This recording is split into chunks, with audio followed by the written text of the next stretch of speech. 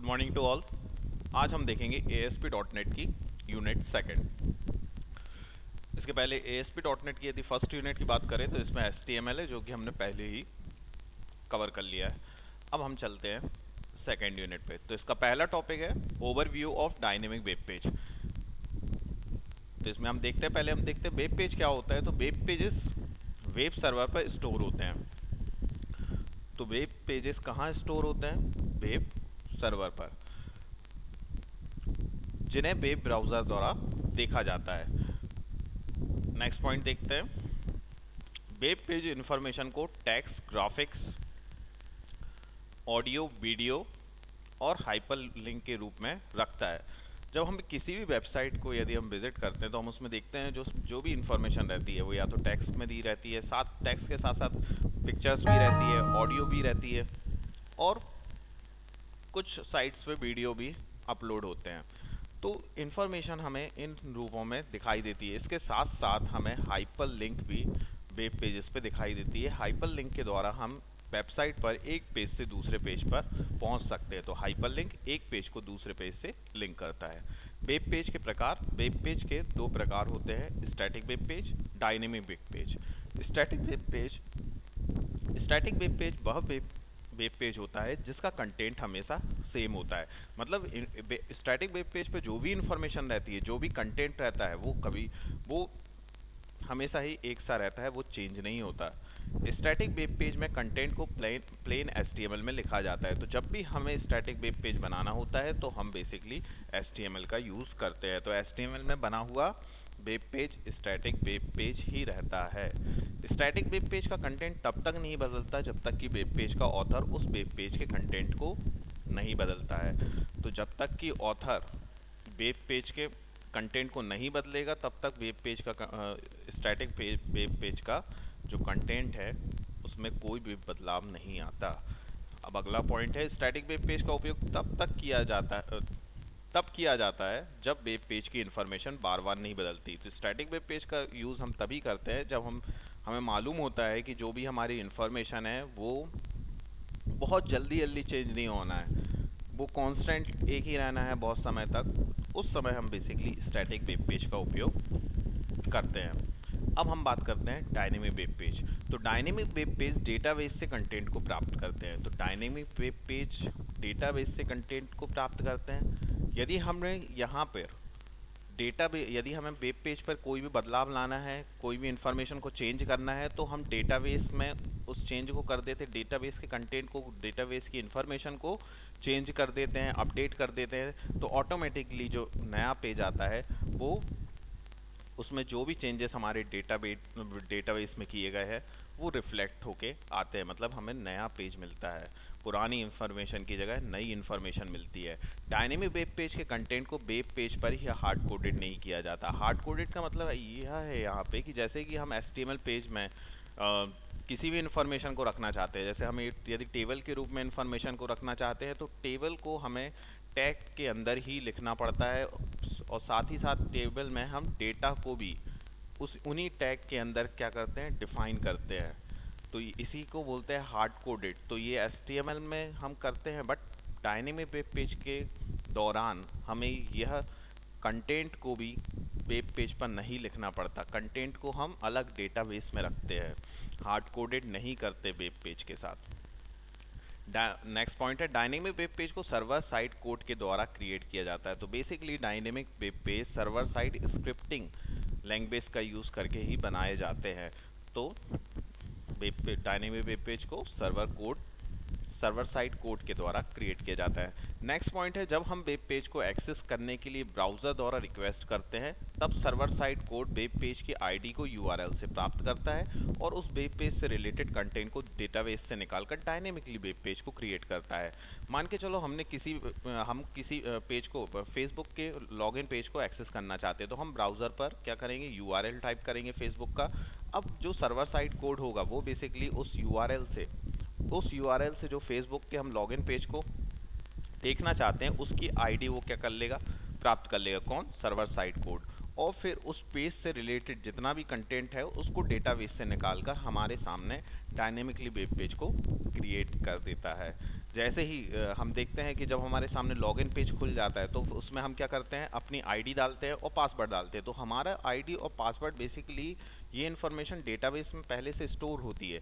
तभी जब हम अपना फेसबुक प्रोफाइल खोलते हैं तो एक अलग हमें कंटेंट मिलता है, हमारा कोई फ्रेंड खोलता है तो उसका अपनी अलग इन्फॉर्मेशन मिलती है, क्योंकि सबकी अपनी अपनी इन्फॉर्मेशन अलग अलग, सबकी अपनी अपनी इन्फॉर्मेशन डेटाबेस में सेव होती है। तो इसलिए हमारा पेज अलग होता है, हमारे फ्रेंड का पेज अलग होता है। तो इस तरह से डायनेमिक वेब पेज क्रिएट होता है। अब नेक्स्ट पॉइंट पे आते हैं। डायनेमिक वेब पेज को ASP.NET PHP जैसी टेक्नोलॉजी का यूज़ कर क्रिएट किया जाता है। तो क्योंकि ये सर्वर साइड स्क्रिप्टिंग लैंग्वेज है ASP.NET और PHP, तो इन टेक्नोलॉजी का यूज़ करके डायनेमिक वेब पेज को क्रिएट किया जाता है। आगे आते हैं हम introduction and features of ASP.NET। ये हमारा नेक्स्ट टॉपिक है।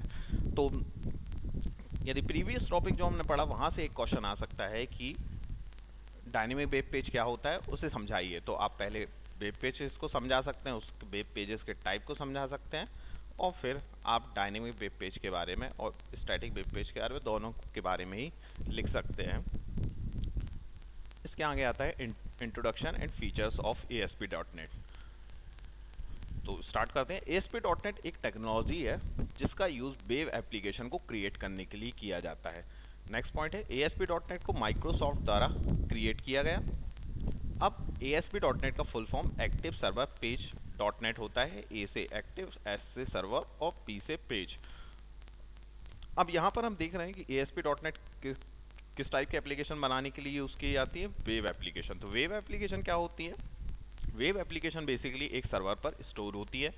सर्वर पर स्टोर होने के कारण हमें हमारी जो एप्लीकेशन है उसको हमें यदि एक्सेस करना है तो हमारे सिस्टम में वो एप्लीकेशन मौजूद हो या ना हो, बस हमारे पास क्या होना चाहिए, एक ब्राउज़र होना चाहिए। उस ब्राउज़र पर हम URL डालेंगे, जिससे उस URL में जिस सर्वर पर वेब एप्लीकेशन स्टोर है उसका क्या कर रहता है, वो URL बेसिकली उस सर्वर का एड्रेस होता है। तो हम उस पर्टिकुलर जो वेब सर्वर है उससे कनेक्ट हो जाते हैं और हम उस एप्लीकेशन को यूज़ कर पाते हैं।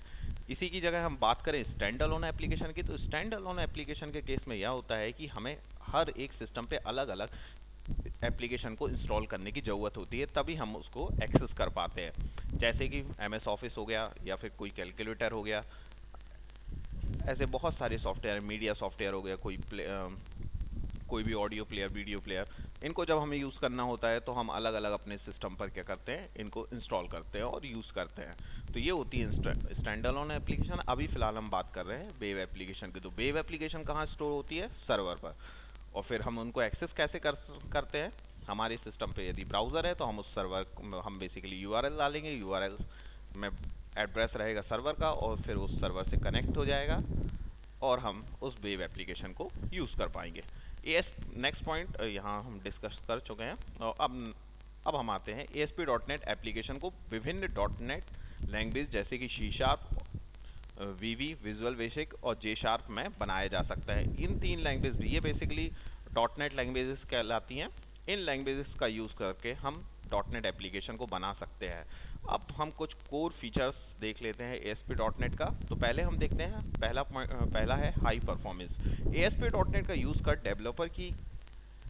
डेवलप की गई एप्लीकेशन की परफॉर्मेंस हाई होती है। अब इसकी परफॉर्मेंस बेसिकली जो भी ASP.NEट एप्लीकेशन होती है उसकी परफॉर्मेंस हाई होती है, क्योंकि ASP.NEट पाइपलाइन और सिंक्रोनस प्रोग्रामिंग मॉडल पर बेस्ड होता है। अब यहाँ पाइपलाइन और सिंक्रोनस का मतलब क्या है कि जब भी कोई एप्लीकेशन रन होती है तो एक से ज़्यादा प्रोसेस क्या होती है, बैकग्राउंड में रन होती है। तो जब एक से ज़्यादा प्रोसेस एक ही टाइम पर एग्जीक्यूट होती है एक साथ, तो ऑटोमेटिकली हमारी एप्लीकेशन की परफॉर्मेंस क्या हो जाती है, इंक्रीज हो जाती है। इसी को बोलते हैं पाइपलाइन। पाइपलाइन मतलब क्या होता है कि एक से ज़्यादा पाइपलाइन के रूप में उसको क्या करा जाता है, एक्सप्लेन किया जाता है कि नंबर ऑफ प्रोसेस एक ही टाइम पर एग्जीक्यूट हो रही है। जिस तरीके से टनल होती है, नंबर ऑफ टनल्स के साथ यदि सबके साथ एक ही समय पे एक साथ पानी आएगा तो ज़्यादा पानी निकलेगा ना, बजाय कि एक टनल हो। तो उसी तरीके से पाइपलाइन और सिंक्रोनस मतलब एक टाइम पर नंबर ऑफ प्रोसेस का रन होना, तो ऑटोमेटिकली हमारी जो एप्लीकेशन है उसकी स्पीड बढ़ जाती है। सेकंड पॉइंट आता है सपोर्ट क्रॉस प्लेटफॉर्म। तो ASP.NET क्रॉस प्लेटफॉर्म डेवलपमेंट को सपोर्ट करता है। क्रॉस प्लेटफॉर्म की जब भी बात हो तो इसका मतलब ये है कि डिफरेंट टाइप के ऑपरेटिंग सिस्टम, मतलब ASP.NET की एप्लीकेशन को हम विंडोज़, लाइनक्स, मैक OS पर भी डेवलप कर सकते हैं। मतलब यहाँ कोई रिस्ट्रिक्शन नहीं है कि ASP.NET माइक्रोसॉफ्ट का प्रोडक्ट है तो हम उसको विंडोज़ पे ही डेवलप कर सकते हैं। हम क्योंकि ये क्रॉस प्लेटफॉर्म को सपोर्ट करता है तो ASP.NET की एप्लीकेशन को हम विंडोज़ पे भी रन कर सकते, विंडोज़ पर भी डेवलप कर सकते हैं, लाइनक्स पे भी डेवलप कर सकते हैं और मैक OS पर भी डेवलप कर सकते हैं। यहाँ OS का फुल फॉर्म क्या है? Operating system. अब थर्ड फीचर्स आता है फास्टेड एंड स्केलेबल। ASP.NET बहुत सारी लाइब्रेरी को प्रदान करता है जिससे डेवलपर के टाइम की बचत होती है। अब ASP.NEट बहुत सारी लाइब्रेरीज को प्रदान करता है। लाइब्रेरी में क्या होती है? मेथड्स होती हैं। मेथड्स का क्या होता है कि मेथड्स में जो भी कोड रहता है उसको पहले से लिख दिया जाता है। किसके द्वारा? एक्सपर्ट द्वारा। तो इन मेथड्स का केवल डेवलपर क्या करते हैं? केवल नाम बस यूज़ करते हैं, उनको उसका कोड, उसकी फंक्शनैलिटी को डिफाइन करने की ज़रूरत नहीं पड़ती। तो इससे ऑटोमेटिकली उनका टाइम बच जाता है। जैसा कि हमने फंक्शन में देखा है, जावास्क्रिप्ट में जो फंक्शन होता है, फंक्शन जब भी हम डिफाइन करते हैं तो फंक्शन के लिए हम एक कोड लिखते हैं जो फंक्शनैलिटी को क्या करता है, जब भी हम फंक्शन को कॉल करते हैं तो वो फंक्शनैलिटी को परफॉर्म करता है। इसी तरीके से मेथड्स होती हैं। तो ये सिंपल है। लाइब्रेरी मतलब कलेक्शन ऑफ मेथड्स, क्लासेस भी होती हैं इसमें, मेथड्स। तो ये मेथड्स को क्या करते हैं? डेवलपर डायरेक्टली नाम के साथ यूज़ कर लेते हैं, उनको फंक्शनैलिटी के लिए कोड नहीं लिखना पड़ता। इससे उनकी टाइम की बचत हो जाती है। इससे ऑटोमेटिकली क्या हो जाता है? जो भी उसका डेवलपमेंट होता है वो जल्दी होता है। और साथ ही साथ यदि हम और भी ज़्यादा, यदि हम उसकी स्केलेबिलिटी बढ़ाना चाहते हैं, उसकी क्षमता बढ़ाना चाहते हैं इस एप्लीकेशन की, तो वो हम बढ़ा सकते हैं। चौथा है ओपन सोर्सेस। ओपन सोर्स का मतलब क्या है? ASP.NET को डेवलप करने के लिए जो भी टूल है, जो भी इन्वायरमेंट है, वो सभी कुछ प्रोवाइड किया गया है फ्री ऑफ कॉस्ट। मतलब उसके लिए किसी भी तरीके का खर्च नहीं करना पड़ता। तो ASP.NET ओपन सोर्स फीचर पर बेस्ड होती है और टाइम टू टाइम अपडेट इसे प्रोफेशनल द्वारा किया जाता है। मतलब जो उनके प्रोफेशनल्स रहते हैं जिन्होंने ASP.NET टेक्नोलॉजी को डेवलप किया है, वो लोग टाइम टू टाइम इसको अपडेट भी करते रहते हैं। नेक्स्ट है सिक्योर ऐप। ASP.NET द्वारा बनाई गई एप्लीकेशन की सिक्योरिटी हाई होती है। तो ये कुछ हमारे कोर फीचर्स थे ASP.NET की। अब हम बात करते हैं एडवांटेज ऑफ ASP.NET। पहला है ASP.NET का यूज़ कर एप्लीकेशन को बनाने पर कोड रिड्यूस हो जाता है, क्योंकि यह बहुत सारी लाइब्रेरी को प्रदान करता है जिससे कई प्री डिफाइंड मेथड होती हैं जिन्हें डेवलपर डायरेक्ट यूज़ कर सकते हैं। तो ये पॉइंट पहले भी हमने डिस्कस किया है। अब कोड रिड्यूस इसलिए हो जाता है क्योंकि डेवलपर को कोड लिखने की ज़रूरत नहीं पड़ता। जो लाइब्रेरी मेथड्स में अवेलेबल है उनको जब डेवलपर यूज़ करता है तो उनका कोड पहले से ही लिखा जा चुका है। तो सीधा सीधा हम उन मेथड का नाम यूज़ करते हैं और वो हमें फंक्शनैलिटी परफॉर्म करके देती है। नेक्स्ट पॉइंट है ASP.NET एक सर्वर साइड टेक्नोलॉजी है जिससे इस पर बनी एप्लीकेशन को कोड सर्वर पर एग्जीक्यूट होता है और इसका आउटपुट को ब्राउज़र पर भेजा जाता है। तो अब इससे होता क्या है? इसका एडवांटेज यह है कि यदि कोई एप्लीकेशन है ASP.NET पर बनी हुई, बेसिकली वो जिस भी सिस्टम पर, जिस भी सर्वर पर स्टोर है, तो हमें ज़रूरत नहीं है कि हम, क्योंकि ये वेब एप्लीकेशन है, इसलिए हम यदि उस वेब एप्लीकेशन को यूज़ करना चाहते हैं तो ये ज़रूरी नहीं है कि हमारे सिस्टम में भी क्या हो, वो एप्लीकेशन इंस्टॉल हो। हम क्या करेंगे? सीधे उस पर्टिकुलर वेबसाइट का URL डालेंगे और उससे कनेक्ट हो जाएंगे। अब वो वेबसाइट जो रन होगी वो सर्वर पर ही रन होगी। मतलब हमारे क्लाइंट मशीन पर, हमारी मशीन पे कोई भार नहीं होगा। हम जिस भी पेज को क्या करेंगे, रिक्वेस्ट करेंगे, जिस भी पेज को हमें एक्सेस करना है, वो पेज का जितना भी कोड है सब दूसरी मशीन पे क्या होगा? रन होगा। हमें केवल मिलेगा आउटपुट। तो इससे ऑटोमेटिकली हमारा जो मशीन की जो भी मतलब भार है वो हमारे मशीन पे नहीं पड़ेगा। तीसरा, ASP.NET में बनाई एप्लीकेशन सेफ और सिक्योर होती है। चौथा पॉइंट, ASP.NEट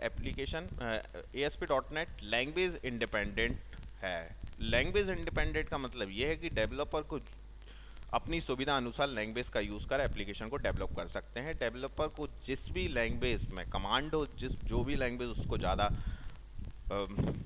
ज़्यादा कंफर्टेबल हो, वो उस लैंग्वेज का यूज़ करके ASP.NET एप्लीकेशन को डेवलप कर सकता है। 5वां पॉइंट, ASP.NET में डेटा बाइंडिंग को ADO.NET का यूज़ कर किया जाता है, जिससे एप्लीकेशन ज़्यादा डेटा के साथ भी जल्दी रन होती है। तो डेटा बाइंडिंग के लिए क्या यूज़ किया जाता है? ADO.NET का यूज़ ASP.NET में। अब डेटा बाइंडिंग क्या होता है? जब भी कोई एप्लीकेशन होती है तो एप्लीकेशन का एक इंटरफेस होता है। इंटरफेस बेसिकली कहलाता है फ्रंट एंड, और इंटरफेस में जो भी इंफॉर्मेशन क्या होती है, डिस्प्ले होती है, वो इंफॉर्मेशन कहाँ से आती है? डेटाबेस से। तो डेटाबेस के डेटा को उस इंटरफेस से बेसिकली क्या करना? बाइंड करना, जोड़ना ही क्या कहलाता है? Data binding. तो डेटा बाइंडिंग जो इंटरफेस हमें मिल रहा है बेसिकली वो कहलाता है एप्लीकेशन का फ्रंट एंड, और जो डेटाबेस होता है वो कहलाता है बैक एंड। तो बैक एंड के डेटा को फ्रंट एंड से कनेक्ट करना, जोड़ना ही क्या कहलाता है? Data binding. तो इस यहाँ पर डेटा बाइंडिंग में क्या यूज़ किया जाता है? ADO.NET। तो ADO.NET का यूज़ करने से ये होता है कि ADO.NET बहुत सारे पहले से ऑब्जेक्ट क्लासेस प्रोवाइड किए गए हैं डेवलपर को। तो इससे क्या होता है कि यदि हमारे डेटाबेस में ज़्यादा डेटा भी है तो भी उससे एप्लीकेशन की परफॉर्मेंस घटती नहीं है, हम ज़्यादा डेटा पे भी कार्य कर सकते हैं। अब आते हैं understanding ASP.NET controls.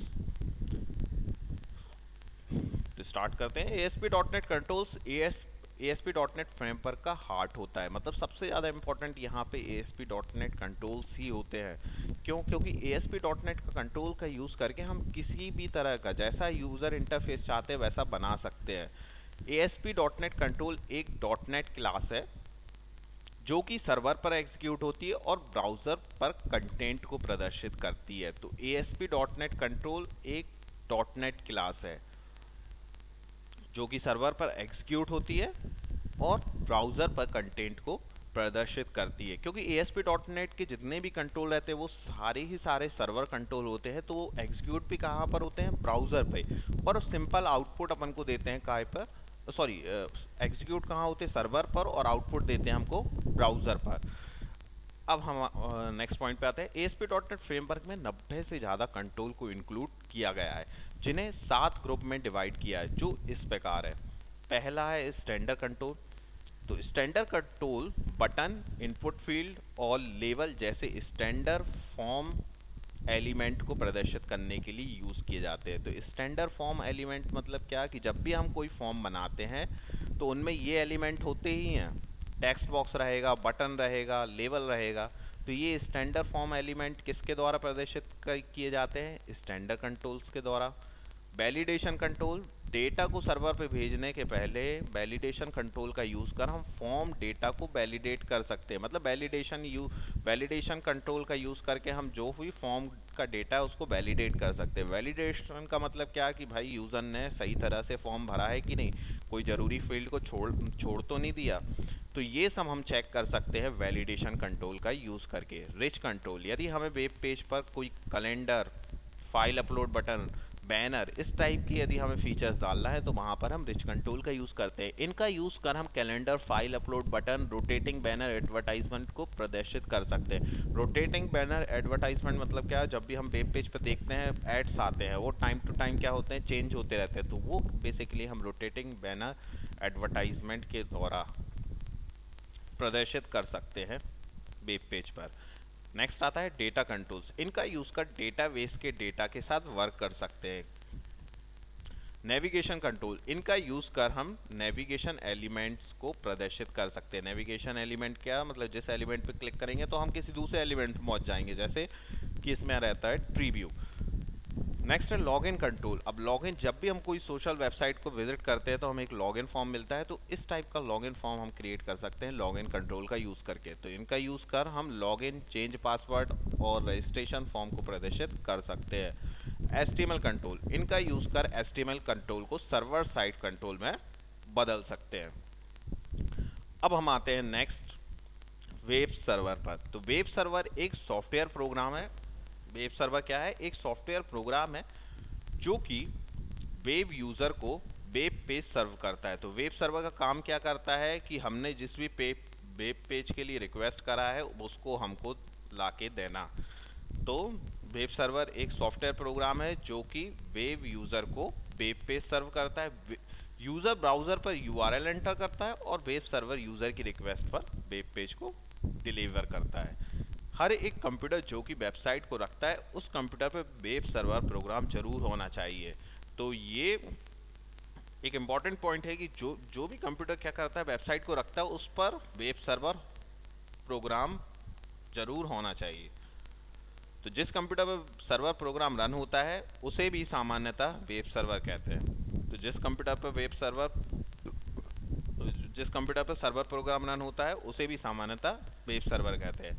Server program और जिस कंप्यूटर पर सर्वर प्रोग्राम रन हो रहा है दोनों को ही वेब सर्वर टर्म से रिप्रेजेंट किया जाता है। तो जो सर्वर प्रोग्राम रहता है उसको भी और जिस कंप्यूटर पर वो प्रोग्राम रन हो रहा है उन दोनों को ही वेब सर्वर टर्म से रिप्रेजेंट किया जाता है। अब वेब सर्वर की विशेषताएं, पहला, यह हमेशा इंटरनेट से कनेक्ट रहता है जिससे क्लाइंट वेब सर्वर द्वारा होस्ट किए जाने वाले वेब पेज को एक्सेस कर सके। तो ये स्वाभाविक सी बात है कि यदि मान के चलो हम किसी भी वेबसाइट को यदि इससे जुड़ना चाहते हैं तो हम तो क्लाइंट है, हम केवल ब्राउज़र पे उस साइट का क्या करेंगे, यूआरएल टाइप करेंगे।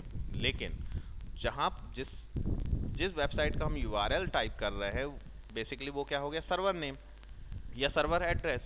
तो वो सर्वर भी तो इंटरनेट से कनेक्ट होगा तभी तो हम उसको क्या कर पाएंगे, उसको उस तक पहुंच पाएंगे और उस वेबसाइट को जिसको वो स्टोर करके रखा है उसको एक्सेस कर पाएंगे। तो वेब सर्वर जो भी रहता है वो हमेशा इंटरनेट से कनेक्ट रहता है। नेक्स्ट, सेकंड पॉइंट, इसमें हमेशा एक एप्लीकेशन होती है जिसे वेब सर्वर रनिंग कहा जाता है। किसमें, तो वेब सर्वर में एक एप्लीकेशन होती है जिसे वेब सर्वर रनिंग कहा जाता है। अब आता है वेब सर्वर की वर्किंग। तो वेब सर्वर किस तरीके से वर्क करता है, क्लाइंट द्वारा एंटर किए गए यूआरएल को ब्राउज़र प्रोटोकॉल और सर्वर नेम के रूप में दो भागों में बांट देता है। सर्वर को उसके यूनिक आईपी एड्रेस द्वारा पहचाना जाता है, लेकिन आईपी एड्रेस को maintain DNS domain name server करता है। ब्राउज़र डीएनएस से रिक्वेस्ट सर्वर के आईपी एड्रेस को पता कर सर्वर से वेबसाइट को प्राप्त करता है। तो बेसिकली ये प्रोसेस होती ऐसे है कि यदि हमने मान के चलो फेसबुक का यूआरएल डाला तो हम डालेंगे http://www.facebook.com। तो यहाँ पे ब्राउज़र क्या करेगा, प्रोटोकॉल को अलग कर देगा, मतलब http को अलग कर देगा, सर्वर नेम जो कि फेसबुक है उसको अलग कर देगा, और वो फेसबुक का जो नाम है उसका क्या करेगा, उसका फिर वो उसको ले जाके वो डीएनएस में चेक करेगा कि फेसबुक का आईपी एड्रेस क्या है, फेसबुक जो सर्वर है उसका आईपी एड्रेस क्या है। तो उससे ब्राउज़र क्या कर लेगा, आईपी एड्रेस को प्राप्त कर लेगा और फिर उस आईपी एड्रेस के द्वारा उस सर्वर से जुड़ेगा जहां पर फेसबुक की साइट मौजूद है, और फिर उस वेबसाइट को वो प्राप्त करता है और जिस पेज के लिए हमने रिक्वेस्ट करा है उस पेज को हमें क्या करता है, डिस्प्ले करता है हमारे सामने। तो फिर उसके आगे क्या है, फिर वेब पेज के लिए HTML टैग प्राप्त करता है और फाइनली ब्राउज़र वेब पेज को डिस्प्ले करता है। तो ये हमारी हो गई वेब सर्वर की वर्किंग। अब आते हैं IIS। तो ये होता है इंटरनेट इंफॉर्मेशन सर्वर। इसके पॉइंट्स देखते हैं हम। पहला पॉइंट है इंटरनेट इंफॉर्मेशन सर्वर एक पॉपुलर वेब सर्वर है जिसे माइक्रोसॉफ्ट द्वारा प्रदान किया गया।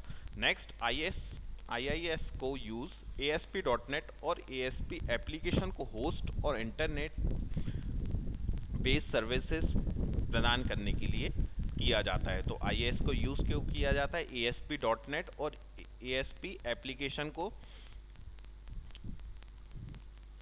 होस्ट और इंटरनेट बेस्ड सर्विस प्रदान करने के लिए किया जाता है। मतलब यदि हमने कोई एप्लीकेशन बना दी ASP.NET पे और हम उसको चाहते हैं कि अब उसको होस्ट करना चाहते हैं, मतलब हम अपने कंप्यूटर से होस्ट करना चाहते हैं, हम चाहते हैं कि हमारी उस वेबसाइट को दूसरे लोग एज अ क्लाइंट यूज़ कर सके, तो हमें अपने सिस्टम पर क्या करना पड़ेगा, IIS को पहले इंस्टॉल करना पड़ेगा, मतलब उस सर्वर के प्रोग्राम को रन करना पड़ेगा और फिर हम उस सर्वर पे क्या कर देंगे, अपनी वेब एप्लीकेशन को स्टोर करा देंगे, जिससे अदर जो क्लाइंट्स हैं उस हमारी वेबसाइट को एक्सेस कर पाएँ। तो इस तरह से IIS का यूज़ किया जाता है। नेक्स्ट पॉइंट है, एक वेब सर्वर यूज़र की रिक्वेस्ट को रिस्पॉन्स देने के लिए जिम्मेदार होता है। जब यूज़र की रिक्वेस्ट IIS के पास आती है, IIS रिक्वेस्ट लेता है और रिक्वेस्ट को प्रोसेस कर रिस्पॉन्स वापस यूज़र को भेजता है। तो तो ये सिंपल हर एक सर्वर की वर्किंग है कि यूज़र ने रिक्वेस्ट करी, सर्वर उसको एक्सेप्ट करेगा और जो भी यूज़र की जिस भी पेज की या जिस भी इंफॉर्मेशन को यूज़र चाहता है उस इंफॉर्मेशन को यूज़र के सामने यूज़र को वापस देना रिस्पॉन्स के रूप में। तो IIS आगे है। इंटरनेट इंफॉर्मेशन सर्वर का स्वयं का ASP.NET इंजन होता है जो कि ASP.NET रिक्वेस्ट को हैंडल करता है। तो ASP.NET इंफॉर्मेशन सर्वर का स्वयं का ASP.NEट इंजन होता है जो कि ASP.NET रिक्वेस्ट को हैंडल करता है। अब यहाँ पे IIS की वर्किंग, क्लाइंट ASP.NEट पेज के लिए IIS को रिक्वेस्ट करता है। IIS क्लाइंट रिक्वेस्ट को रिसीव कर स्वयं के ASP.NET इंजन द्वारा प्रोसेस कर ASP.NEट पेज जनरेट करता है। इस ASP.NEट फाइल को IIS प्लेन HTML पेज में कन्वर्ट कर आउटपुट के रूप में क्लाइंट को वापस रिस्पॉन्स करता है क्योंकि ब्राउज़र केवल HTML को समझता है। तो ये वर्किंग है कि क्लाइंट ने रिक्वेस्ट करा IIS को, IIS ने क्लाइंट की रिक्वेस्ट को आगे भेजा ASP.NEट पेज में, ASP.NEट इंजन में। तो इंजन क्या करेगा, इंजन प्रोसेस करके क्या करेगा, जो भी क्लाइंट ने पेज मांगा है उसको क्या कर देगा, जनरेट कर देगा। तो पेज प्रोसेसिंग होने के बाद जो भी पेज जनरेट हुआ है वो किस फॉर्म में रहेगा, ASP.NET फाइल के रूप में। अब ये ASP.NET फाइल वापस कहाँ पर आएगी, IIS सर्वर के पास। अब IIS सर्वर के पास ASP.NET जब फाइल आएगी तो IIS डायरेक्टली उसको ब्राउज़र पे नहीं भेज देगा क्योंकि ब्राउज़र ASP.NET नहीं समझता, वो केवल समझता है HTML। तो पहले इस ASP.NET फाइल को IIS कन्वर्ट करेगा HTML में और फिर ब्राउज़र को वो वापस भेजेगा रिस्पॉन्स के रूप में ताकि ब्राउज़र उसको रीड कर यूज़र के सामने, क्लाइंट के सामने डिस्प्ले कर सके। अब नेक्स्ट आते हैं हम वेब फॉर्म पर। वेब फॉर्म्स, तो वेब फॉर्म्स सबसे पुराना ASP.NET प्रोग्रामिंग मॉडल है जिसमें वेब पेज को HTML, सर्वर कंट्रोल और सर्वर कोड के रूप में लिखा जाता है। तो किसी भी वेब पेज को क्रिएट करने के लिए HTML, सर्वर कंट्रोल और सर्वर कोड का यूज़ किया जाता है।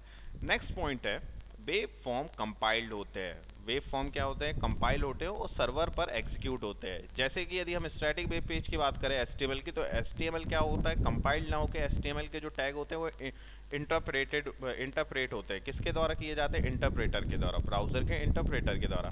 यहाँ पर वेब फॉर्म का जो भी कोड रहता है वो क्या होता है, कंपाइल्ड होता है। कंपाइल्ड मतलब एक बार में क्या होता है, सारा कोड रीड कर लिया जाता है कंपाइलर द्वारा और उसको मशीन कोड में कन्वर्ट कर दिया जाता है। तो वेब फॉर्म कंपाइल्ड होते हैं और सर्वर पर एग्जीक्यूट होते हैं जो कि HTML जनरेट कर वेब पेज को ब्राउज़र पर डिस्प्ले करते हैं। तो वेब सर्वर पर एग्जीक्यूट होते हैं जो कि HTML जनरेट कर वेब पेज को ब्राउज़र पर डिस्प्ले करते हैं। तो सर्वर क्या करता है, कोड तो एग्जीक्यूट हो गया सर्वर पर, अब जो भी आउटपुट आए तो सर्वर उसको क्या करेगा, HTML में कन्वर्ट करेगा, जनरेट करेगा और फिर ब्राउज़र को रिस्पॉन्स देगा। नेक्स्ट है, वेब फॉर्म के द्वारा हम वेब बेस्ड GUI एप्लीकेशन को बना सकते हैं। वेब फॉर्म के द्वारा हम वेब बेस्ड GUI मतलब ग्राफिकल यूज़र इंटरफेस एप्लीकेशन को बना सकते हैं। हम एक एप्लीकेशन बनाना चाहते हैं कि जिसमें मान के चलो यूज़र इन्फॉर्मेशन को एंटर करा सके और फिर उसको सेव कर सके डेटाबेस में। तो इस टाइप की एप्लीकेशन हम बना सकते हैं। आगे देखते हैं नेक्स्ट पॉइंट में, web form GUI component. GUI मतलब ग्राफिकल यूज़र कंपोनेंट जैसे कि text box, button, list box, data grid आदि के साथ वेब पेज को रखते हैं। ठीक है, तो वेब फॉर्म GUI कंपोनेंट्स जैसे कि text box, button, list box, data grid आदि के साथ वेब पेजेस को रखते हैं। तो वेब पेजेस में क्या होते हैं, ये सारे कंपोनेंट्स का क्या होता है, यूज़ होता है। जैसे कि टेक्स्ट बॉक्स हो गया, बटन हो गया, लिस्ट बॉक्स हो गया। अब इन कंपोनेंट्स को वेब फॉर्म पर ऐड कैसे करते हैं, तो टूल बॉक्स से कंट्रोल्स को ड्रैग कर वेब फॉर्म पर ड्रॉप कर कंट्रोल्स को वेब फॉर्म पर ऐड कर सकते हैं। तो ये हम आगे प्रैक्टिकल में देखेंगे कि टूल बॉक्स से जिस भी कंपोनेंट को हम यूज़ करना है उसको क्या करेंगे, टूल बॉक्स में सर्च करेंगे, वहाँ से फिर हम उसको ड्रैग करके वेब फॉर्म पर ड्रॉप कर देंगे और वो हमारा वेब फॉर्म में वो कंट्रोल क्या हो जाएगा, ऐड हो जाएगा।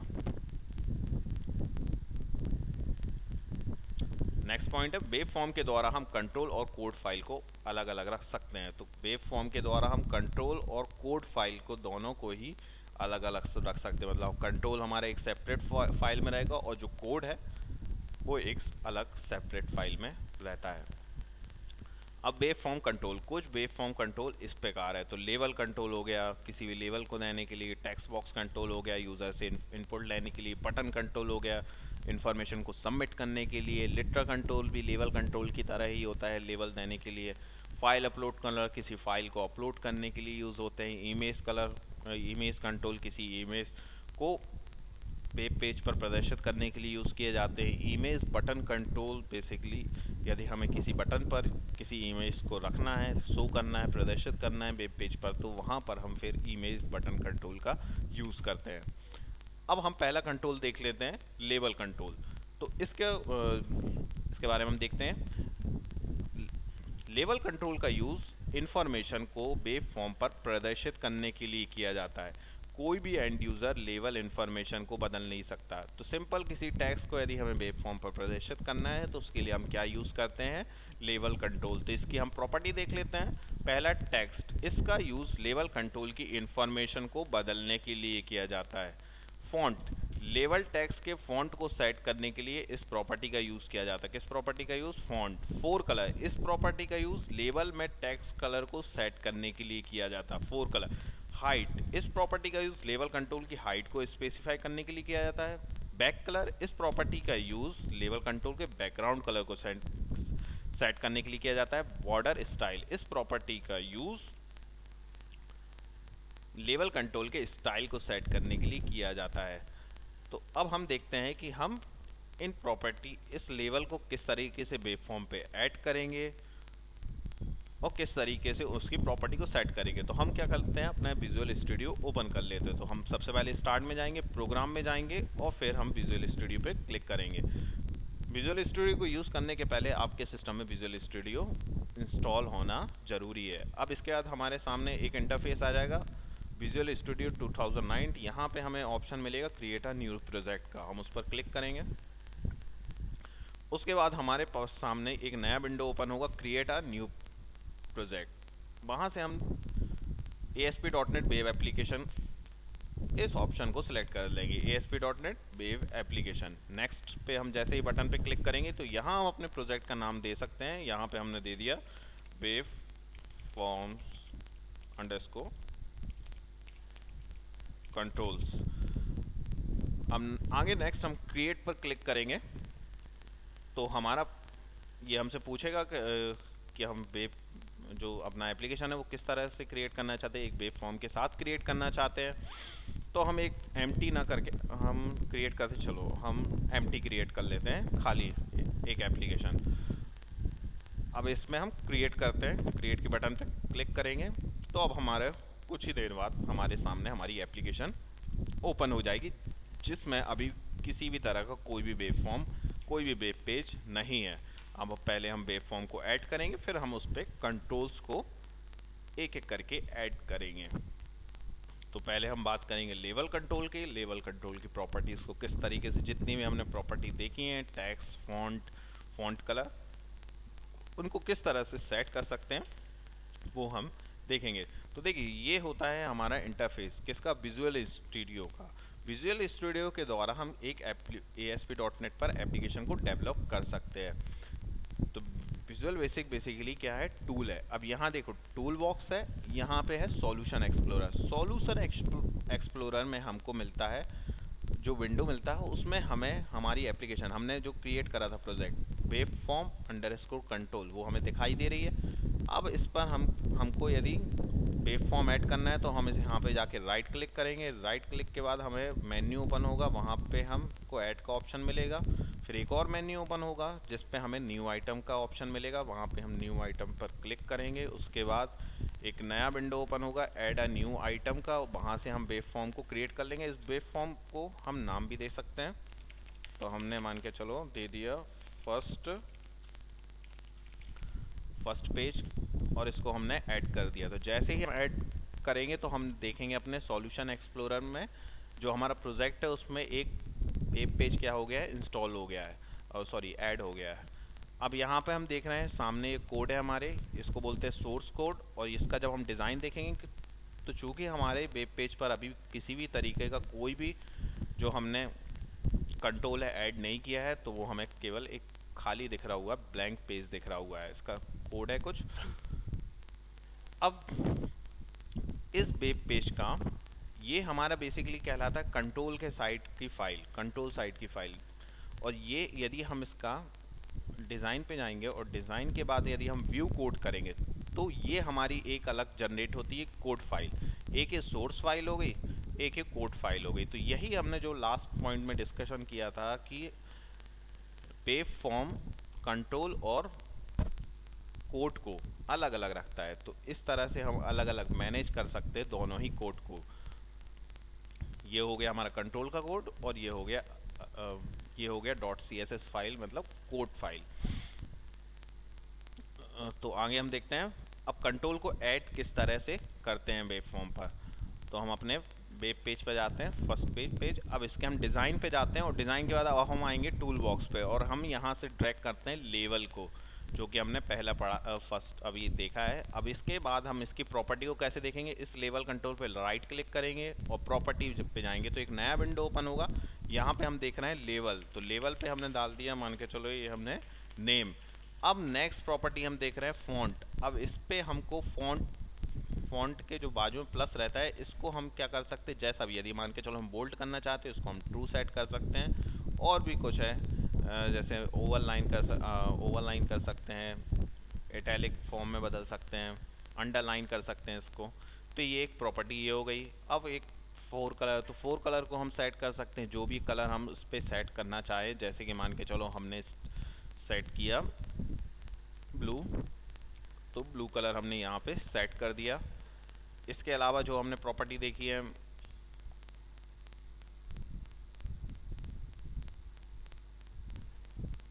एक प्रॉपर्टी हर ही कंट्रोल की प्रॉपर्टी होती है लेवल आईडी। इसके द्वारा हम यूनिकली किसी कंट्रोल को क्या कर पाते हैं, पहचान पाते हैं। तो हमने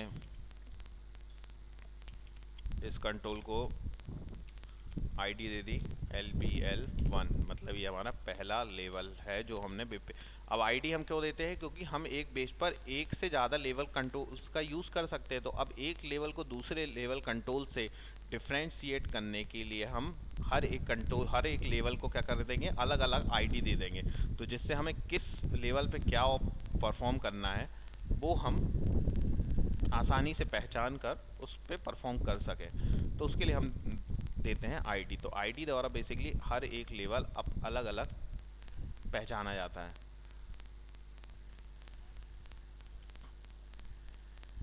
अब इसके हम और प्रॉपर्टी जो हमने देखी है, बैक कलर हो गया, हाइट, टेक्स्ट हो गया, फॉन्ट हो गया, फोर कलर हो गया, बैकग्राउंड कलर, बॉर्डर स्टाइल, इनको और हम देख लेते हैं।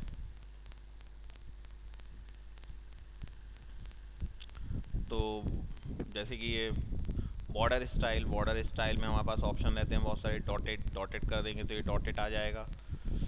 ठीक है, हम अभी कोई स्टाइल नहीं रखना चाहते इसमें, बॉर्डर स्टाइल में सिंपल रखना चाहते हैं। बॉर्डर कलर हम सेट कर सकते हैं, जैसे कि मान के चलो हमने रेड कर दिया तो हल्का सा ये रेड जो हमें आउटपुट में दिखेगा बाद में, तो इस तरीके से हम बॉर्डर कलर को भी सेट कर सकते हैं। अब हम आते हैं नेक्स्ट कंट्रोल पे।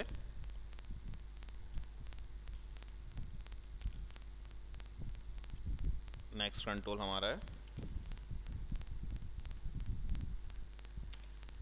Text box control. Text box control को यूज़ डेटा इनपुट करने के लिए किया जाता है। कोई भी एंड यूज़र इस कंट्रोल में टेक्स्ट को एंटर कर सकता है। तो जो भी एंड यूज़र है वो इंफॉर्मेशन को क्या कर सकता है, एंटर कर सकता है किसका, यदि उस वेब पेज पर टेक्स्ट बॉक्स मौजूद है।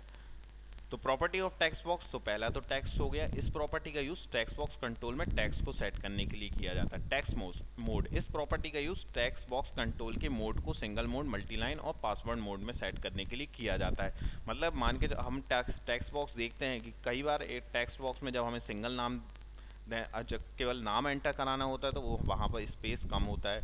अब हमें एड्रेस एंटर करना होता है तो वहाँ पर उस टेक्स्ट बॉक्स की जो text box property, text mode property, उसको क्या कर दिया जाता है, मल्टी लाइन। तो उससे क्या हो जाता है, वो जो टेक्स्ट बॉक्स है उसका साइज़ बढ़ जाता है और उसमें हम एक से ज़्यादा लाइन क्या कर सकते हैं, एंटर कर सकते हैं। और पासवर्ड यदि हम किसी टेक्स्ट मोड यदि हम किसी टेक्स्ट बॉक्स का टेक्स्ट मोड को क्या कर दें, पासवर्ड मोड पर सेट कर दें, तो जब भी हम उसमें कोई भी कैरेक्टर एंटर करते हैं तो वो पासवर्ड के रूप में क्या होते हैं, एंटर होते हैं।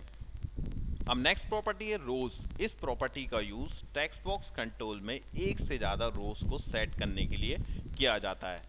नेक्स्ट प्रॉपर्टी आती है मैक्स लेंथ। इस प्रॉपर्टी का यूज टेक्स्ट बॉक्स कंट्रोल में कैरेक्टर के मैक्सिमम नंबर को सेट करने के लिए किया जाता है। तो इस प्रॉपर्टी का यूज टेक्स्ट बॉक्स कंट्रोल में कैरेक्टर के मैक्सिमम नंबर को सेट करने के लिए किया जाता है। यदि मान के चलो हमने टेक्स्ट बॉक्स कंट्रोल का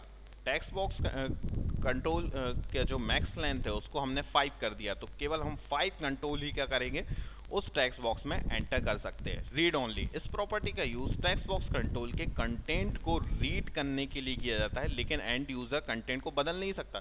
यदि हमने टेक्स्ट बॉक्स कंट्रोल के रीड की प्रॉपर्टी रीड ओनली को ट्रू कर दिया, तो फिर उस टेक्स्ट बॉक्स में जो भी कुछ लिखा हुआ है, जो भी कैरेक्टर लिखा हुआ है, उसको हम क्या कर सकते हैं, केवल रीड कर सकते हैं, उसको चेंज नहीं कर सकते। तो हम इसका इन प्रॉपर्टीज को हम क्या करते हैं, एक बार प्रैक्टिकली देख लेते हैं।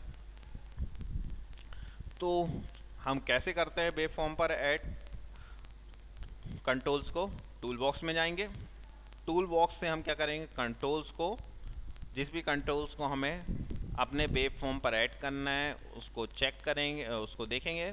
इसके बाद हम उसको ड्रैग करते हुए अपने वेब फॉर्म पर ड्रॉप कर देंगे। तो हमें चाहिए है टेक्स्ट बॉक्स कंट्रोल। तो टेक्स्ट बॉक्स कंट्रोल को हम इस तरीके से ड्रैग करते हुए ड्रॉप करेंगे।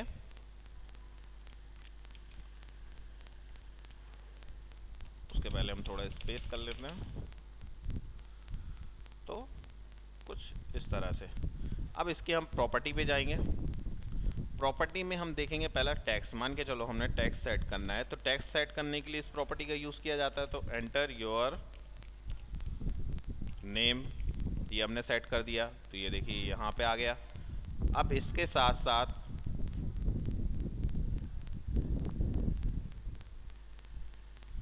अब जैसे टेक्स्ट मोड अभी सिंगल लाइन है, इसको हम इन मोड्स में क्या कर सकते हैं, बदल सकते हैं। जैसे यदि मल्टी लाइन कर देंगे तो ये इसका जो स्पेस बढ़ गया। यदि हम इसको पासवर्ड पे सेट कर देंगे तो फिर जो भी हम एंटर करेंगे वो कुछ हमें पासवर्ड के रूप में दिखाई देगा। अब हम इसको नॉर्मल सिंगल लाइन में ही सेट कर देते हैं। और प्रॉपर्टीज़ है रोज़ में हम क्या कर सकते हैं, अभी 0, अब इस रोज़ को हम बढ़ा भी सकते हैं। रीड ओनली प्रॉपर्टी अभी क्या है, फॉल्स है। हम इसको यदि ट्रू कर देते हैं तो फिर क्या है कि इसमें यूज़र क्या कर सकता है, कुछ भी एंटर नहीं कर पाएगा। तो हमको इसको रखना है अभी फ़िलहाल फॉल्स, जिसमें हम कुछ इसमें एंटर भी कर सकें। मैक्स लेंथ में क्या होता है कि हम इसको इस तरीके से 5 यदि हमने डिफाइन कर दिया तो 5 से ज़्यादा कैरेक्टर हम इसमें एंटर नहीं कर सकते। तो इस तरह से ये प्रॉपर्टीज़ हम यहाँ से सेट कर सकते हैं। अब इसका हमको आउटपुट देखना है, तो किस तरीके से करते हैं, वो डीबग का यहाँ ऑप्शन रहता है, डीबग पर क्लिक करेंगे और स्टार्ट डीबगिंग कर देंगे। तो कुछ ही देर बाद हमारा आउटपुट हमें ब्राउज़र पर डिस्प्ले होगा।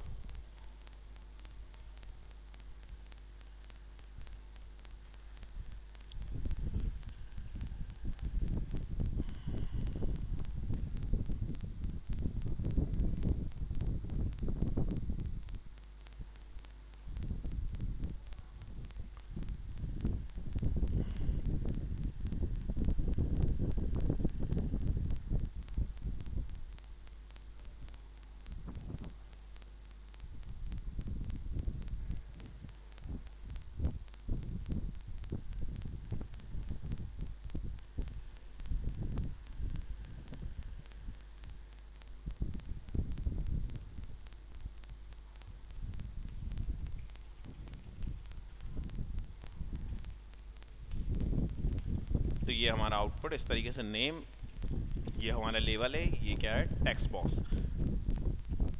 अब हमें यहाँ पे जो भी एंटर करना है वो हम एंटर कर सकते हैं। जैसे हमने मान के चलो एंटर किया ASP डॉट नेम इनोवेटिव,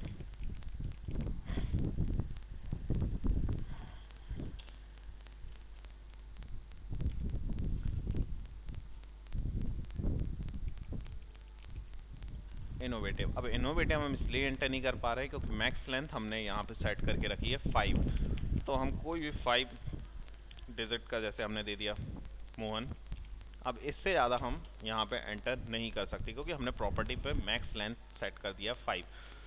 तो हम उसको चेंज भी कर सकते हैं यहाँ से। जैसे मैक्स लेंथ 5 है तो इसको हम क्या कर सकते हैं, हम इसको बढ़ा के 10 भी कर सकते हैं। अब हम जब ब्राउज़र पे आएंगे तो इसको हमको फिर से रिफ्रेश करना पड़ेगा पेज को। अब जब हम यहाँ पे क्या करेंगे, एंटर करेंगे इनोवेटिव, सॉरी, इसको हमें फिर से डीबग करना पड़ेगा, स्टॉप, पहले डीबगिंग करना पड़ेगी क्योंकि अब जो हमने चेंजेस करा है वो रिफ्लेक्ट तभी होंगे जब हमारा पेज फिर से क्या होगा, एग्जीक्यूट होगा।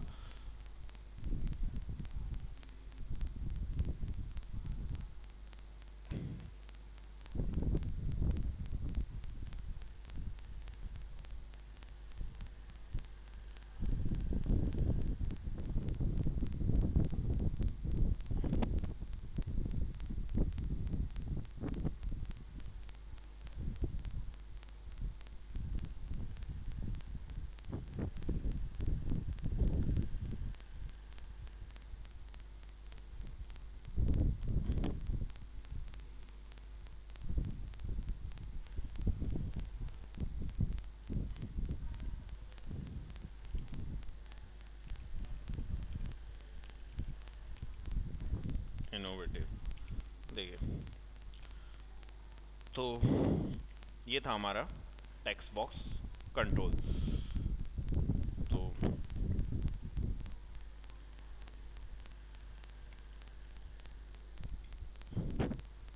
आगे हम देखेंगे बटन कंट्रोल। अब बटन, इसको हम डिस्कस करेंगे बटन कंट्रोल को नेक्स्ट सेशन। आज के लिए इतना ही, थैंक यू।